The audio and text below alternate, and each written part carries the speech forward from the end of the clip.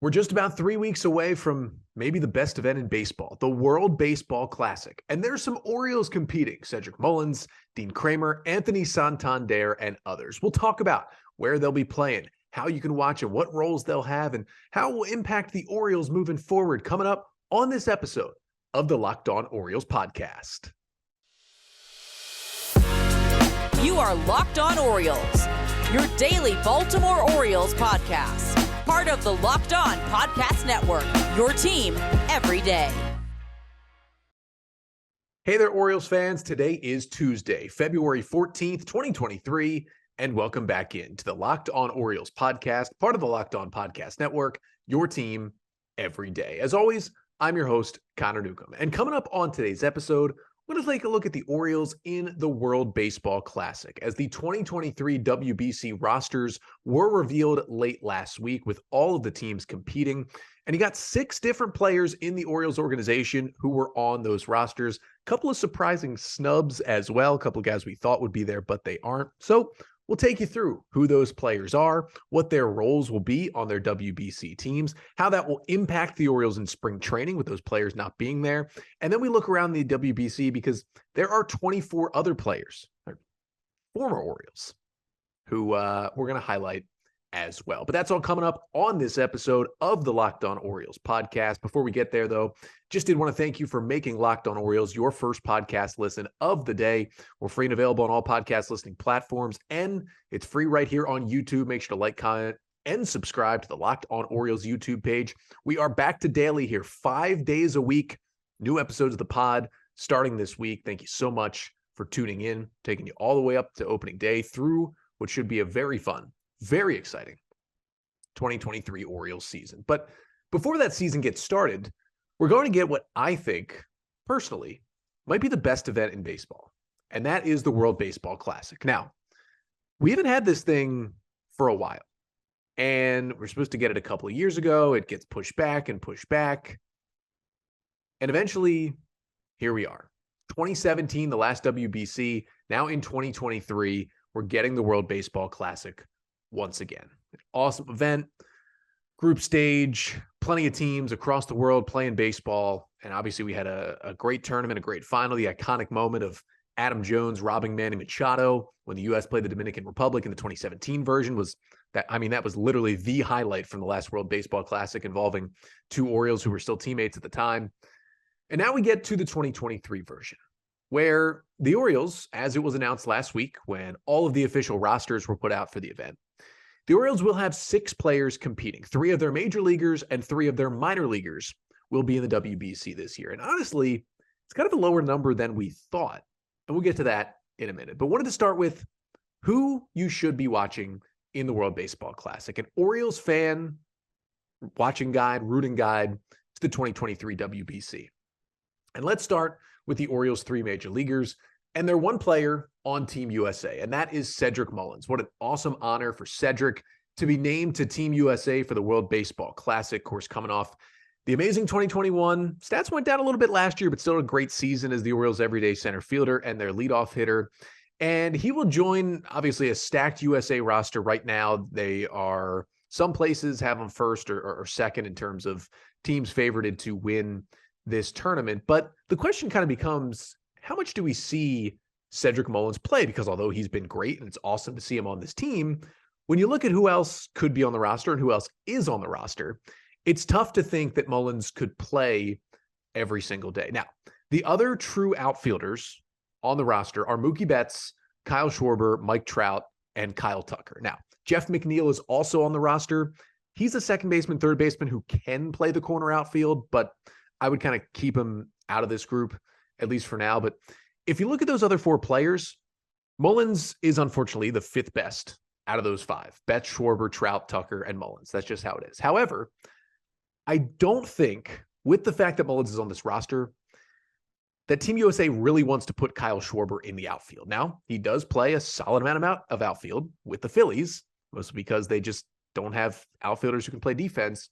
But I think we're at the point where Schwarber is probably mostly going to DH versus during this WBC. Might play a little corner outfield, might play a little first base, but probably going to mostly DH. So if you think McNeil won't play much outfield, Then Mullins is facing off with Betts, Trout, and Tucker. Unfortunately, all three of those guys are significantly better players than Cedric Mullins. And you're probably looking at a starting outfield of Mookie Betts in right field, Mike Trout in center field, and Kyle Tucker in left field, with Schwarber DHing for the WBC. Now, Cedric Mullins is obviously a nice fourth outfielder / defensive replacement / pinch runner to have on your WBC team. And I would not be surprised if Mullins appears in every single game for Team USA, even when he doesn't start. Now, it's going to be tough for him to get starts because, as a left-handed hitter who has struggled against left-handed pitching, if he gets a start, it's going to be against a right-handed starter. But there's not even really anybody you're going to platoon him with, because you're not going to platoon him with Schwarber or Tucker because both are lefties as well. And I don't think you're going to take Mookie Betts or Mike Trout out of your lineup to insert Cedric Mullins because you think you'll get a better matchup. That's probably not going to happen. So I think Mullins may start a game during the group stage to just get guys a break, and maybe he'll start two. But I do think whether it's defensive replacement, maybe for Tucker, maybe if Schwarber gets a start in the outfield, he defensive replaces him. I think he'll certainly pinch run. And between that, you could see him playing in every single game for Team USA. So essentially, he's in the fourth outfielder role for this team, and it definitely will be fun to watch. Second big leaguer going to this event is Dean Kremer, who we've known for a long time now is going to represent Team Israel at the WBC. And when you look at the Israel roster, obviously not nearly as stacked as Team USA, you could make a really strong argument that Dean Kremer is the ace of the Team Israel pitching staff. Now, there are some relievers on Team Israel who have a lot of major league experience, but in terms of starting pitchers on this Team Israel roster, Dean Kremer is the only legitimate MLB starting pitcher. There's a couple of guys who have maybe gotten a cup of coffee or two in the big leagues, but Kremer, has been in the bigs. I mean, not super long because he spent a lot of 2021 in AAA, but just came off a great full 2022 season in the big leagues. Nobody else on this starting staff for Team Israel has that. I mean, you got some guys Zach Weiss and Jake Fishman who have a little bit of major league experience, could start. You got some other relievers that I'll mention as well. Richard Blyer, who we'll talk about later, the former Oriole, is on this team out of the bullpen. But I mean, group stage game one, I would not be surprised at all if Dean Kremer is the starting pitcher for Team Israel. Now, it obviously always makes you a little worried. An Orioles starting pitcher who is certainly in the plans to be in the O's opening day starting rotation, being used kind of early. This event starts on March 8th, being used that early and trying to win games for Team Israel as a starting pitcher. So we'll see what kind of innings limits the Orioles might have on Kremer in this event. But it's going to be cool. He's going to start at least one game. If Israel advances, he could start 2 games in this event. And it's going to be fun to see because I truly think he is the ace of this Team Israel staff. And then the third big leaguer the Orioles are sending is Anthony Santander, who will represent Team Venezuela in this event. And unlike Mullins, who is probably going to be pushed to the bench, Santander is probably going to be in this Venezuela lineup almost every game. And this is a stacked Venezuela team, but it's really interesting because they're stacked with infielders when it comes to hitters, not really stacked with outfielders. So the outfielders on this team, there's only 3 true outfielders that Venezuela named to their roster: Ronald Acuna Jr., David Peralta, and Anthony Santander. Those are the only 3 outfielders they named.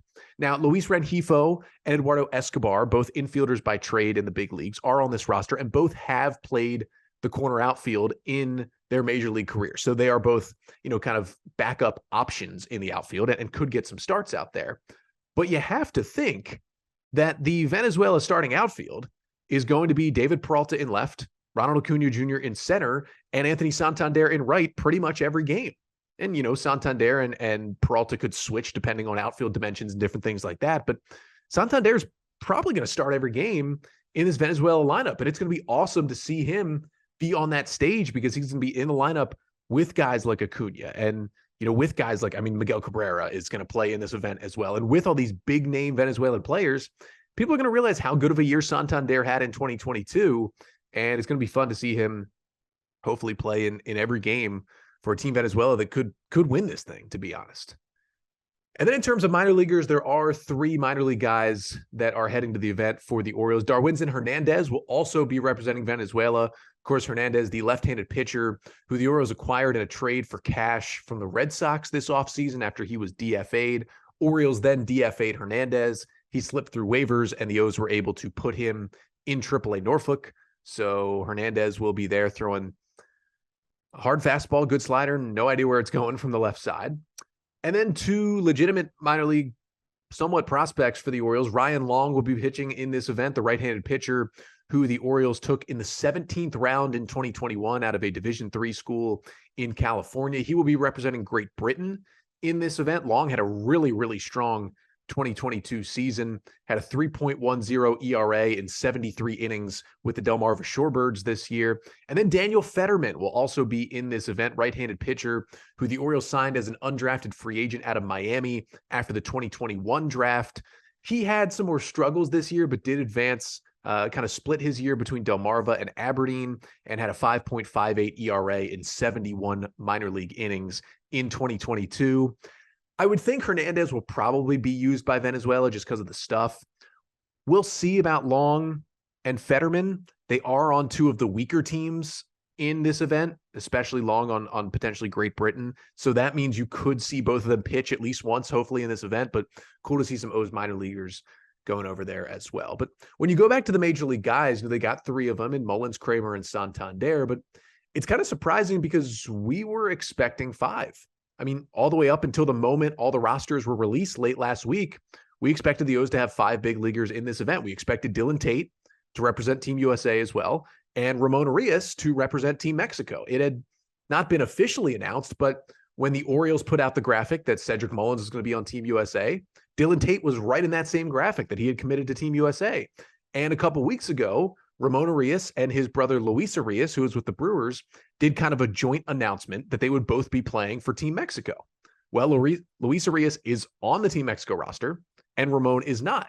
And, it could be something of the Orioles kind of talking with these guys and not wanting them to play in the event, but the Orioles can't forbid them from playing. I think there's rules about, if you spend a certain amount of time on the injured list last season, your team can forbid you from playing in the event. But Arias and Tate weren't fully healthy, but, Arias had a couple of injuries, but neither of them spent extended time on the injured list last year. So I think they would have been able to play in the event. It would have been awesome to see them both. I mean, Ramon could have been in the lineup every single day for Team Mexico, and Tate would have been one of the better relievers for Team USA, but they're just not on the roster. So, we haven't really heard clearly what the reasoning is, but unfortunately, neither of those guys, at least for now, will be in the WBC. So that means Tate and Arias will be in spring training with the Orioles for the entirety of it. But the six other players, and, specifically Mullins and Kremer, Santander, and Hernandez, will not be there for a part of big league spring training. So the question becomes, how does that impact, maybe not as much their abilities to make the team, because I think Mullins, Kremer, and Santander pretty much on this Orioles team. I think we all know that. But how does it impact the chances for other guys to get a little more of a look here in Sarasota? We'll talk about that coming up next. But first, this episode of the Locked On Orioles podcast is brought to you by Built Bar. If you're looking for a delicious treat, but you don't want all the fat and all the calories, well, you got to try Built Bar. It is the most delicious protein bar out there, and it's still good for you. It's perfect for a New Year's resolution. Now, what makes these bars so good? Well, for starters, they're covered in 100% real chocolate, and they come in unbelievable flavors like churro, peanut butter brownie, and coconut almond. And I just don't know how they do it, because you eat a Built Bar, it really does taste like a candy bar. But then you look at the package, it's only 130 calories, only 4 grams of sugar, and there's a whopping 17 grams of protein in every bar. It's the perfect combination. And now Built Bar has gotten even better, because in the past, you had to go to Built.com, order your bars, wait for them to arrive. You can still do that, but now they're in the stores as well. You can go to your local Walmart, go to your local Sam's Club, and both places carrying Built Bars right on the shelves. You can walk in and walk out with those delicious and nutritious Built Bars. So with the World Baseball Classic just over 3 weeks away, we wanted to take a look at which Orioles would be competing as the rosters came out late last week. And as you look at that, the event starts on March 8th. Games will run from March 8th to March 21st, obviously right in the middle of spring training. And the players who play, they're not just going to be leaving on March 7th. Like, they will mostly leave probably at least a week before that. So by the end of February, at the very latest, all these guys are going to be gone from big league spring training. And that affects most, Mullins, Kremer, Santander, and Darwinzon Hernandez, who it hasn't been announced he'll be in big league spring training as a non-roster invite, but most likely he probably will be as well, and will miss some time when he is with Team Venezuela. So when you look at it, specifically looking at Mullins, Kremer, and Santander, because I don't think Hernandez has a great shot of making the team out of spring training just because there's only so many bullpen spots to go around. But Mullins, Kremer, and Santander have spots locked in. Santander is going to start right field /DH. Mullins going to be your starting center fielder. And we don't know for sure yet, but I'm pretty certain Dean Kremer is going to be in the opening day starting rotation. I think we all know that. These guys playing in the WBC is not going to give them a hit on their ability to make the team at all.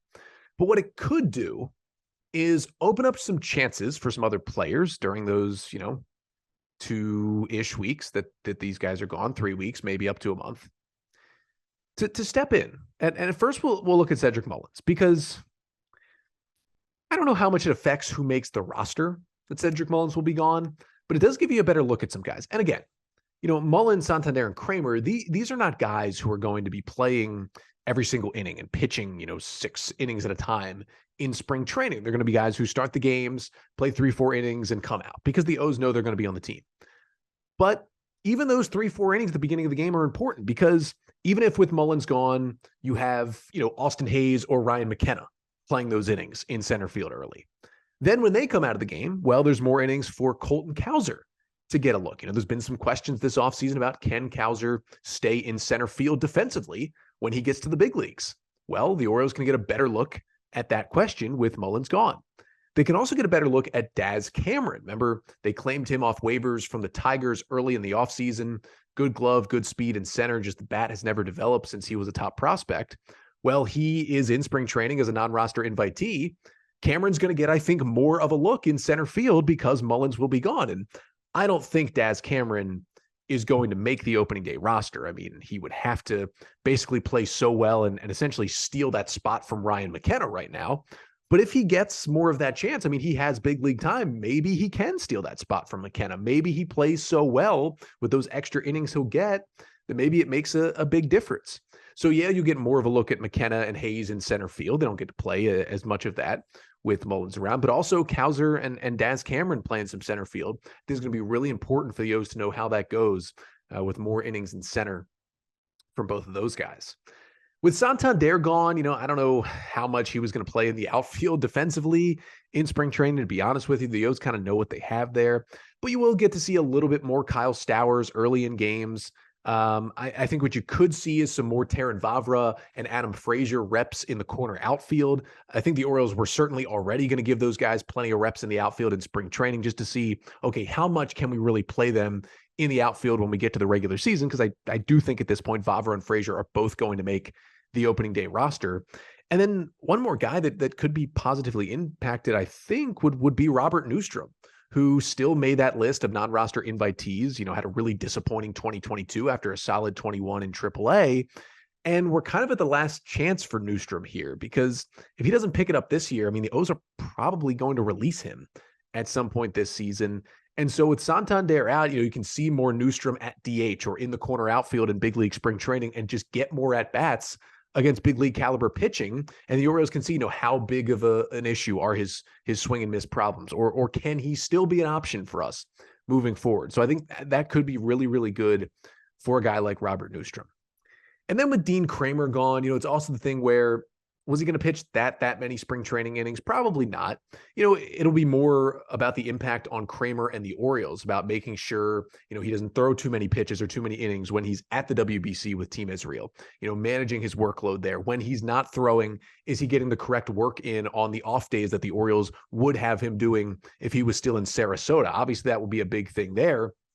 But also with Kremer gone, if he was just in Sarasota the whole time, probably, let's say, I don't think Israel's going to advance too far. So let's say Kremer misses 2 starts that he would have gotten at spring training.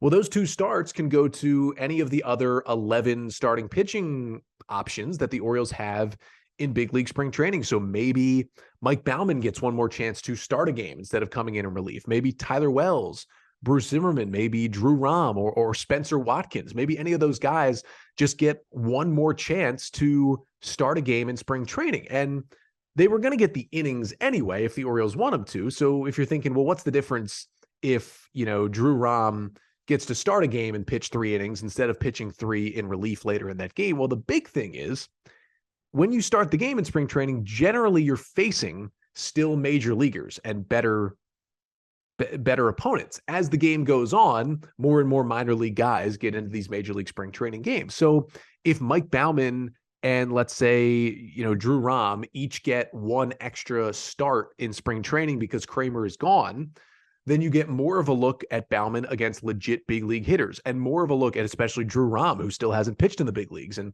the Orioles just added to the 40-man roster this offseason. You get more of a look at him against big league hitters and more info on, can we call Rom up to the big leagues at some point in 2023? That's all good data for the Orioles to have. So although Kremer may not be gone as long and maybe he'll only make like one start for Team Israel and then he'll be gone, it could still help, one of those 11 other starting pitching options and could change things for maybe a guy like Baumann who could be like right on that opening day roster bubble.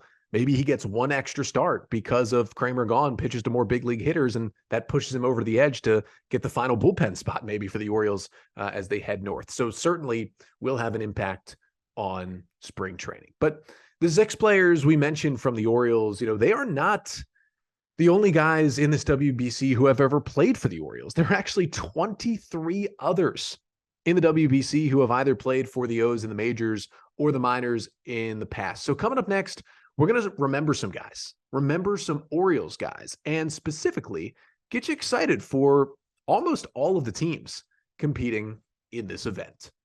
But first, this episode of the Locked On Orioles podcast is also brought to you by FanDuel Sportsbook. Now, the Super Bowl is over, but the midway point of the NBA season is here, and now is the perfect time to download FanDuel, America's #1 sportsbook, because customers get a no-sweat first bet up to $1,000. That's bonus bets back if your first bet doesn't win. Just download the FanDuel Sportsbook app. It's safe, secure, and super easy to use. So then you can bet on everything from the money line to point scores to threes drain. You can even bet on futures as well. You can take a look at the season that Nikola Jokic is having, and maybe you say, you know what? Let me put a little money on him to win the MVP. Seems like a pretty solid bet at this point. Plus, FanDuel even lets you combine your bets for a chance at a bigger payout with a same-game parlay. So don't miss the chance to get your no-sweat first bet up to $1,000 in bonus bets when you go to FanDuel.com/lockedon. That's FanDuel.com/lockedon to learn more. Make every moment more with FanDuel, an official sports betting partner of the NBA. So we talked about Mullins, Kremer, and Santander, along with 3 Orioles minor leaguers competing in this year's World Baseball Classic, but there are 23 other names on these rosters that were released late last week of guys who have played for the Orioles in the past. And I got to say, it was a fun trip down memory lane. So let's remember some guys. The 23 former Orioles who either played for the O's in the bigs or just the minor leagues who are on World Baseball Classic rosters this spring. We'll start with Team Israel, teaming up with Daniel Federman and Dean Kremer, who will be on Team Israel. Danny Valencia, who had 2 separate stints with the Orioles, no longer playing in Major League Baseball, but playing in this event. Ty Kelly as well had a couple of stints with the O's in the minors. And then Richard Blyer, our old friend Richard Blyer. Of course, the Orioles traded him away in 2020. He just got dealt to the Red Sox, actually, so he's back in the division. All those guys playing for Team Israel.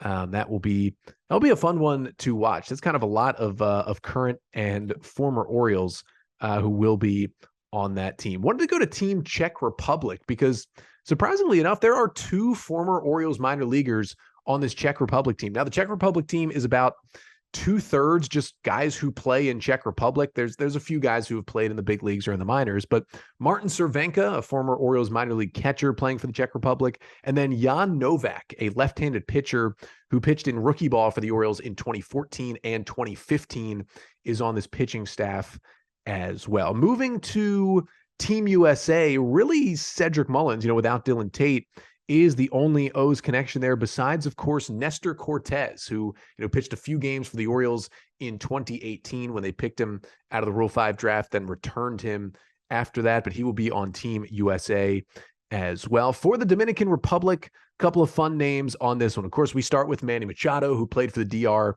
in the 2017 World Baseball Classic as well. Dominican Republic right now is the betting favorite to win this event. They have a stacked team that also includes Nelson Cruz as kind of a manager of this team, but he may be playing as well. We will see. And then also maybe the most exciting name on the DR team, Cesar Valdez, is still doing it, still dominating the Dominican Winter League, and he's doing it enough with that dead fish at almost 40 years old to make this WBC team. He got another minor league deal with the Angels, I believe, this offseason, so he'll still be in a big league camp as a non-roster invitee with Anaheim, but he'll be pitching in this event as well. And I forgot to mention one other Team Israel player, Ryan Lavarnway, who was an Orioles backup catcher back in 2013, also on Team Israel, kind of stacked with former Orioles on Team Israel. Moving on to the Netherlands, which is obviously the Kingdom of the Netherlands, which includes Curacao, which is where most of their team actually is from. And Jonathan Schoop will be on the Netherlands team once again. Of course, still with the Detroit Tigers, has not as much success since leaving the Orioles, but Schoop will be there. And Charlon Schoop as well, former Orioles minor leaguer, will be with Team Netherlands as well, Jonathan's brother. And then Jair Jurgens, who, if you remember, pitched in 2 games with the O's in 2013, is one of the right-handed arms on Team Netherlands as well. Moving on to Team Puerto Rico, an old friend who just left the Orioles in Jorge Lopez. Of course, the O's traded him to Minnesota this year. He will be pitching for Team Puerto Rico, another stacked team in this event, although they will not have Carlos Correa, but they will have Jorge Lopez in this one as well. Moving on to Team Venezuela, as I mentioned, Anthony Santander and Darwinzon Hernandez will be on that team. They will also have Robinson Chirinos, who still at this point, will not be re-signing with the Orioles, but he is still a free agent. He has not announced his retirement. I think is still looking for another 1-year deal to be somebody's backup catcher in the big leagues in 2023.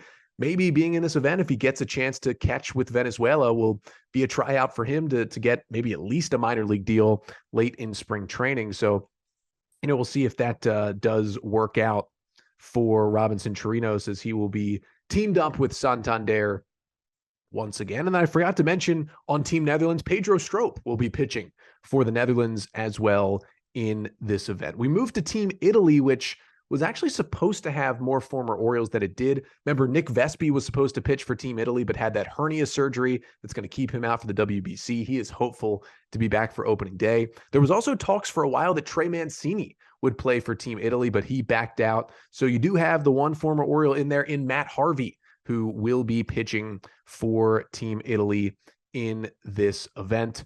Go to Team Korea, of course, who else but Hyun-soo Kim, Orioles fan favorite in 2016 and 17, and has gone back to dominate the KBO since then. He will be on a very, very strong South Korean team in this event as well. And then I believe we just have Canada and Panama left on this list, along with Great Britain. I mentioned Ryan Long pitching for Great Britain.